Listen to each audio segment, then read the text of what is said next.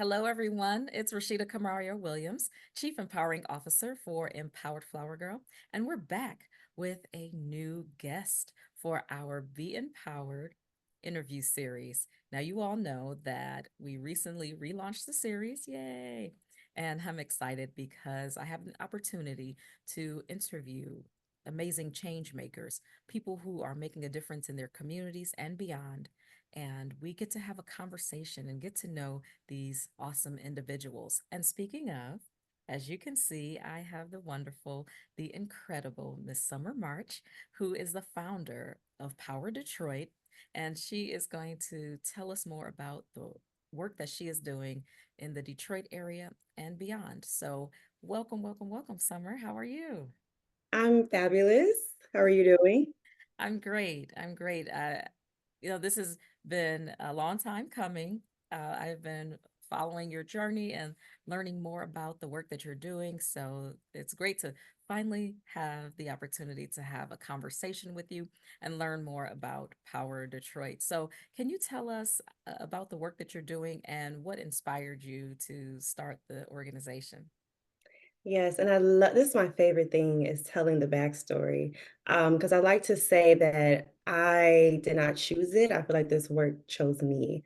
Yes. So before Power Detroit was official, I was already doing the work. So I was actually part of two student organizations when I was a college student at Wayne State University. Woo, go Um, Warriors. Yes, yes, yes, yes. And there was another young lady, one of my peers, who was part of the same two organizations. And so she said to me, I noticed that you're always submitting great ideas and offers for events. And then just on my own, she would hear about just different people I would want to bring to campus, not part of any org, just literally I would meet people and say, hey, can you come and, chat with us college girls and things of that nature. And she was like, you could start your own student organization. And so I was like, I know nothing about that. And so she actually worked in the office where applications were submitted. She sat me down, she showed me how to do it. Okay. That you need two supporters. You need two other people who can just vouch for you. And from there, you can start your own organization. And that's what I did. That is exactly what I did. So some of the work, once we were official, our first official event was called the Black Queen Empowerment Event. And Oh, so I some like of the that. women, yeah, some of the women that I was meeting, and this was literally just off of Facebook. I would just be scrolling through social media.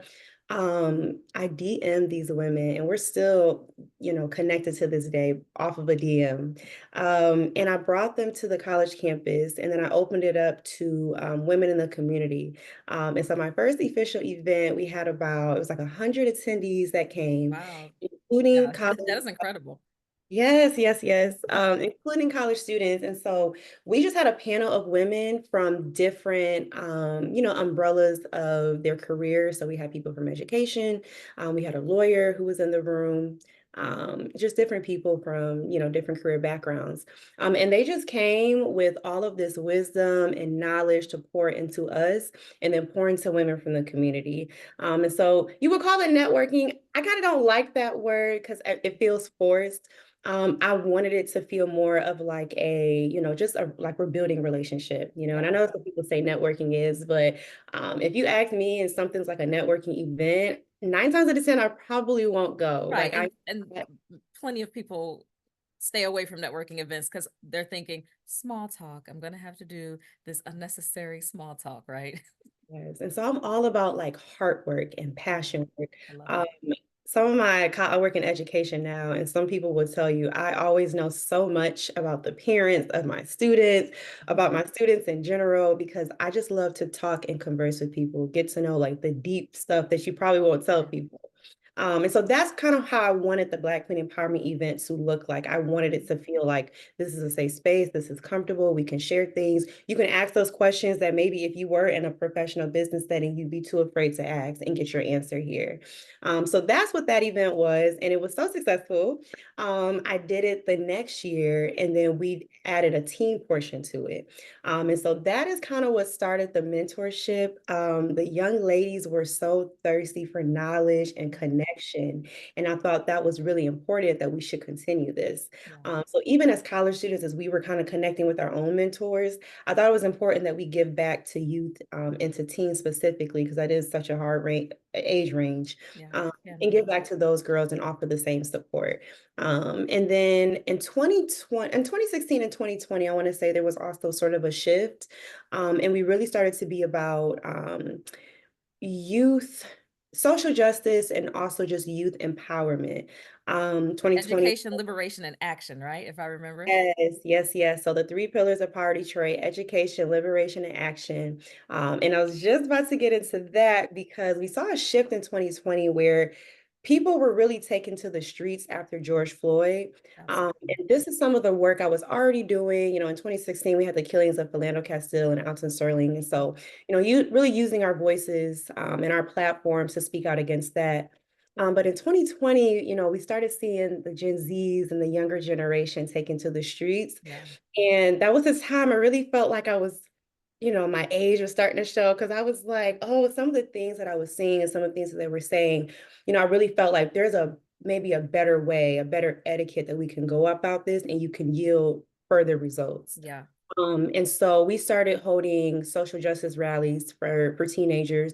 We had a kids rally actually at Spirit Plaza in downtown Detroit. Okay. And so we really wanted to make sure youth had a platform where they could speak and really also educate themselves about history, about people who've already held, big social justice movements, what they accomplished, how they accomplished it, what further steps they need to take that maybe they can kind of now take on that work and continue it. So that education piece was so important. And when I was talking with just different youth out there, it seemed like that was missing. It seemed like George Floyd was the first time they've seen, that type of action. Yeah. And it's important that we educate ourselves and know, like, no, this is not the first time. This is a continuation of a system. So Power Detroit, yes, has three pillars: education, liberation, and action. And I like to say, really, before you can be active, you've got to know the history and people who have been in your shoes before, right? So that is kind of the synopsis of what we do currently. We have the Miss Michigan Juneteenth pageant, and along with that comes a mentorship piece for our young ladies that I know, we'll get into a little bit later. And then also just youth etiquette and mentoring. So right now we're finalizing and specializing curriculum for different youth programs in schools. So it could be for young ladies or it could be for boys. It just depends on what an organization or school needs. And then we go in and do the mentoring for the youth. So that is where Power Detroit and the work that we do currently stands. Well, that is awesome and definitely something that is needed. I have seen so many young people, 21st century tweens and teens who are, yeah, they are about that business. When they see an issue, they're not just sitting back waiting for the adults in their lives to take care of it. They are stepping up and taking action.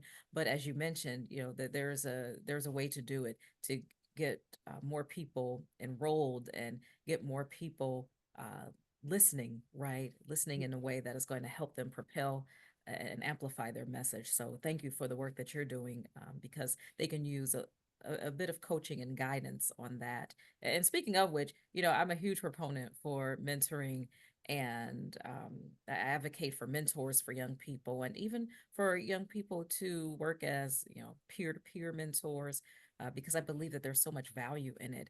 And I'm curious to know if you've had mentors or role models, people to help you along the way in your journey, whether from college into career or even now, because sometimes as adults we can use mentors and people to be support systems, right? Yes. So I want to say probably from the age of 23 and below, I had no mentors. Really? No mentors. And I don't Wow. want to say that in a negative way No, because I had no, it's real. amazing I had an amazing family structure. Right. So I did come from a two-parent, amazing household. I was provided for. I don't really have any complaints, or like really any deep childhood trauma. Yeah, So that's I, that's good. And you know yes, what? We want to celebrate that because yes, oftentimes people think that everyone's story is trauma filled, and but no, this is the type of community, this is the type of family that we want for our children, right? Ideal situation. Not to say that people don't have challenges outside of the home, right? But this is what families aspire to. So I'm glad to hear that. And with me being in education, I started teaching when I was 19 years old. And so that's Wow. pretty young, and I started seeing other family dynamics. And I'm a person that I observe, I ask questions, I want to know why. I'm curious to know how did we get to this point, right? And so with that came kind of like my own little research of realizing, okay, I'm noticing that, kids who maybe come from this type of family structure, it yields this type of results, so forth and so on. And so, one, I was grateful, for my family structure, but two, I also realized how important it is when, you're already starting. I don't want to say behind because that sounds so, but you're already starting with a little bit of a lack. Yeah. And so I won't say I had mentors in that retrospect, but um I come from a line of like stay-at-home mothers, homemakers, and so I'm really kind of the first to really branch out when it comes to organization work, when it comes to business. I didn't really have anyone to go to in my family to be like, hey, I'm doing this huge event. I need some help. They're looking like, how are we supposed to help you? So I had a Yeah. lot of ideas. Even as a child, I always had grand ideas. I always had grand gestures, big plans. And so when I say mentorship, it's more of in the business aspect. I Mhm. think me coming into my own as a young woman, I have an array of women I can turn to for that. I love it. Um, I call that the good vibe tribe. We Yes, have that's to have a that's good vibe tribe. grandma, the aunties, they really helped me and molded me into the woman I am today. Love it. But business-wise, we were out here just, trial and error. So, Yep, um, same here. Same here. yes, yes, yes. So it was actually one of the women at the Black Queen Empowerment event. After we were done for the second year, she was a speaker at both events. She asked me to be a board member for her Oh, organization. And I was like, me? Like, I don't even know what comes with being a board member. I have no idea how to run that. And she was like, do you have any mentors? And I was like, no. And she was the first ever in my life to actually ask, can I be your mentor? I love Um, that. like, yeah, I felt, just honored, but also appreciative because that was what I needed. Mhm. And after that, I've had plenty of mentors come along the way. I feel like I don't have nearly as much as I need. But I would say I have a good core three or four that I can call and hound with all of my questions that I need. But it's funny that you mentioned that because part of the mentoring that I'm doing for young ladies right now is because I feel like I see the value and the importance of having mentors from a young age, Yeah, and just I also grew up, which it does matter because of the social justice work that I've done. I grew up from seventh grade and below, I was in an all black school, and then I went over to a suburban all white school. And so, with that type of rhetoric and energy I had about social justice movements, about realizing the gaps in education when it came to youth, speaking that, in that certain type of environment, it yielded a lot of, I had some tough discussions with a lot of my classmates. I can imagine. Yes, and had I had some mentors to kind of guide and tailor that, I think I could have gotten further with even just, some of the ignorance and things that I may have dealt with. Mhm. And so I see why it's so important to have mentors at a young age, which is why I try to tailor the curriculum that I do with young girls and let them know how important it is that, why we're here and why we're pouring into them and why it's important for them to, begin some of that work now. We're not waiting until it's later in life, to try to get our lives together. No, we can implement and we can pour into you now and you can make better decisions at your young age. Yes, indeed. Mentoring makes a difference in so many ways. And there are statistics out there, research, and best practices in mentoring that show that when young people have mentors, right, the earlier the better. But when they have mentors in their lives, they're more likely to graduate high school and attain higher education. They're also more likely to become mentors themselves and give back in some sort of way to their community. So it's a domino effect, right? A positive domino effect that we can definitely have an impact on young people, and they can have an impact on each other.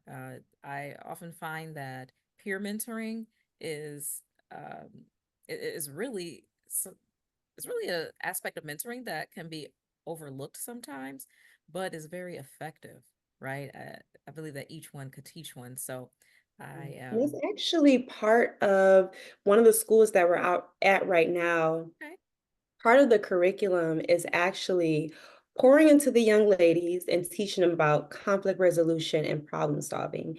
And so ideally what at the end of their sessions, what we want to start to see is that if there's an issue going on at your school, that you are taking the leadership initiatives to say something, to solve the problem, to be an example to your peers at your school. And that's really important because I think so often, we hear about like the bystander effect so often. yeah, And we do. that's one of my biggest, just, I want people to get away from that. I always say if there's two sides that you can choose from and you decide to stay indecisive in the middle, you are choosing the side that's worse at the end of the day. Not making a decision, not having a passion towards, either side or decisions in our world doesn't excuse you from the issues that are going on. I think a lot of times we see things and we like to be like, that doesn't concern me or that doesn't have anything to do with me. But it really just it's kind of showing that you just lack leadership, right? Making a decision is leadership. It may not be the best decision, it may not always be the right decision, but leadership means at least you made a decision, you're making a choice, and you're moving forward instead of staying stagnant. And that's what we want to start to see with these young ladies that we're working with. And when we've talked to staff at the school, that was something that they wanted to see as well. Can we see some leaders amongst, um, you know, the student body population? I love that. Yeah, leadership development. Because I like to say that this generation, it, they're they crave that, they want that. They just need a little bit of guidance in getting there. But I call them the now, not the next generation of leaders, because I have seen with my own eyes. We have our She's Empowered initiative, and so many of these young ladies that we recognize for their work that they're doing, whether they're young activists, athletes, authors, they are truly using their gifts and talents to bring about change in their communities. And they've had mentors, they've had people in their lives, family members who have poured into them. And that's why I'm such a huge proponent, because I know the difference that it can make for them. And I know that you work with young ladies to help them as well through the Miss Juneteenth pageant, and that develops leadership skills, gets them involved in the community. So I know Juneteenth is far away, but it's never too soon to begin, coaching and working with young people. So can you tell us more about the Miss Juneteenth pageant and some of the skills that the young people you work with, some of the skills that they develop? Yes, I'm just gonna keep smiling through this entire time I'm talking about the pageant, because when I say this is God-given work with Mm. the Miss Michigan Juneteenth pageant. I have a friend, and she is just a rock star in the Royal Oak community. Her family is actually, a lot of times we like to see, we say all Black people are in Detroit or are in. I'm in Royal Oak as well.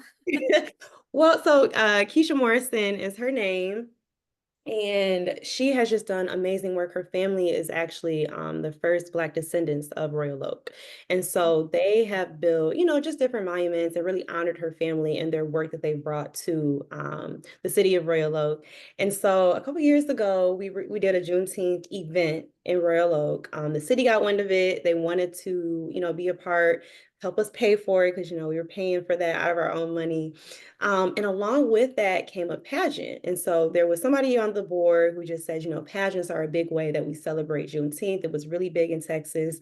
He was just kind of giving us the history. And he kind of just vanished. We don't really know what happened to him. And I Oh was no. on that part of the team to like really promote the pageant and everything. So I was stuck between a rock and a hard place because I was like, we could But it was cancel. meant to be. It was meant to be. I was like, we could cancel it. I said, but whenever I put something out, I really hate that whole canceling thing. I said, so if I did it already, we're just going to go for it. We held the first pageant. And we ended up doing it virtually because COVID was still a thing. So we had some people Yeah. get COVID. So we did it virtually, but we came out with five winners. It was open to both boys and girls between the ages of 4 and 19. And it was not a beauty pageant. We really wanted to highlight academic excellence in youth who were positive members in their communities. Those Okay. people who are doing community service work, who were part of different extracurricular activities, things of that nature. And so we came away with our winners, and then that was that. I was like, okay, great, we did it. The next year, the winners were like, okay, are we doing this again? And I was like, I wasn't planning on it. And they started promoting it themselves. And so I was like, okay, Okay. it's getting. Organically, I love that. And so I said, let's put the word out and let's see. And we had 33 girls who ended up registering the next year. Wow. So I was like, okay, this is definitely a clear sign that we should be continuing this work. And so we have our current pageant winners right now. And pretty much the pageant gives young ladies, and we're focusing on just young ladies right now. Okay. So it's open to girls of ages 4 to 19. And like I mentioned, we really want to give them a platform to speak about different issues or things that are important to them. We have one young lady, our current Miss Queen. She started a BSU at her school, and so there was none in the suburban school that she was going to, And and she BSU felt is that Black Student Union? Black Student Union, yes. Okay. So she really wanted to start that work at her school. So those are just kind of the little things that we want to highlight and then Yeah. also pour into them to continue to do that work. Okay, Um, great. Look, I need to reach out to some of these young ladies for our She's Empowered initiative. So Yes, yeah. yes, our youth are absolutely awesome. And so there are different rounds of competition. They have to speak with judges and do an interview. They also have to speak on stage and introduce themselves. There is an evening wear competition. We don't judge them on the gown or anything like that, but really is to show your poise and grace, right? Yeah, And the idea behind that is that when you're walking into any room, you need to walk in with confidence. You need that's to right. walk in like you are meant to be there. I think so often That sometimes part. our young ladies are like, am I meant to do this? There's that insecurity that comes, and it's like, no, whatever room you're in, you are meant to be there. And so that's where the evening wear competition comes from. And then we have our judges, and they select a winner, and the winner keeps that title for 1 year. And so they've done a myriad of different events. Right after Juneteenth is always our summertime is always filled, but they've done the NAACP Freedom Fund dinner. They've gone to the Black Girl Picnic. There is an organization that hosted a youth gala, Healing Justice Gala is what they called it. We had two of our queens perform poetry there as well. So we Okay. like to put them in different rooms where we can highlight some of their talents and really just continue to pour out into our youth. And so we're gearing up for next year's pageant. Okay. And a big, big, big portion of the work when we're talking about Juneteenth is that you would be surprised how many youth know absolutely nothing about Hmm. the Juneteenth holiday. Some adults don't know anything The about adults it. as well. Yeah. So when, yes, the pageant is called Miss Michigan Juneteenth, and yes, we hold it during the month of June when Juneteenth is. However, it's year-long work Yeah. because this is part of Black history. This is part of American history. This is part of education. And the fact that we have too many people from any race who are not familiar with the holiday, don't know where it originated from, we find the pageant as a way to educate others as well. So whenever we're doing different events, we make sure we, give a little chunk of information about Juneteenth, make sure that you know about this holiday. Even an event we were just at, we asked some of the youth, like, what is Juneteenth? And, they're like, we know it's a holiday. And then we're like, when is it celebrated? Many people thought it was Black History Month, in February. So Mhm. there's still a lot of work to do. Yeah. When it comes to the Juneteenth holiday, and we find the Miss Michigan Juneteenth pageant a way of kind of killing two birds with one stone, Yeah. making sure we mentor our youth, but also educating, people as well on this important holiday. Yeah. And that is that is awesome that you do it in that way. And it gives young people an opportunity to develop, their skills, right? To develop their communication skills and develop skills that are going to be helpful for them regardless of what career they decide, right? Having that confidence to be Mhm. able to present yourself, to be able to network, but make connections, as we like to call it. Yeah, I'm not the biggest on networking, but making connections and building those relationships is important. And the earlier that they get these skills, I think the better they will they will be in terms of um, just being able to bridge those connections and to be able to make that impact. So I am truly, truly grateful that we had a chance to connect, and I admire the work you're doing. Like through this entire interview, I've been smiling because every time I hear something, I'm like, yes, yes, that's right.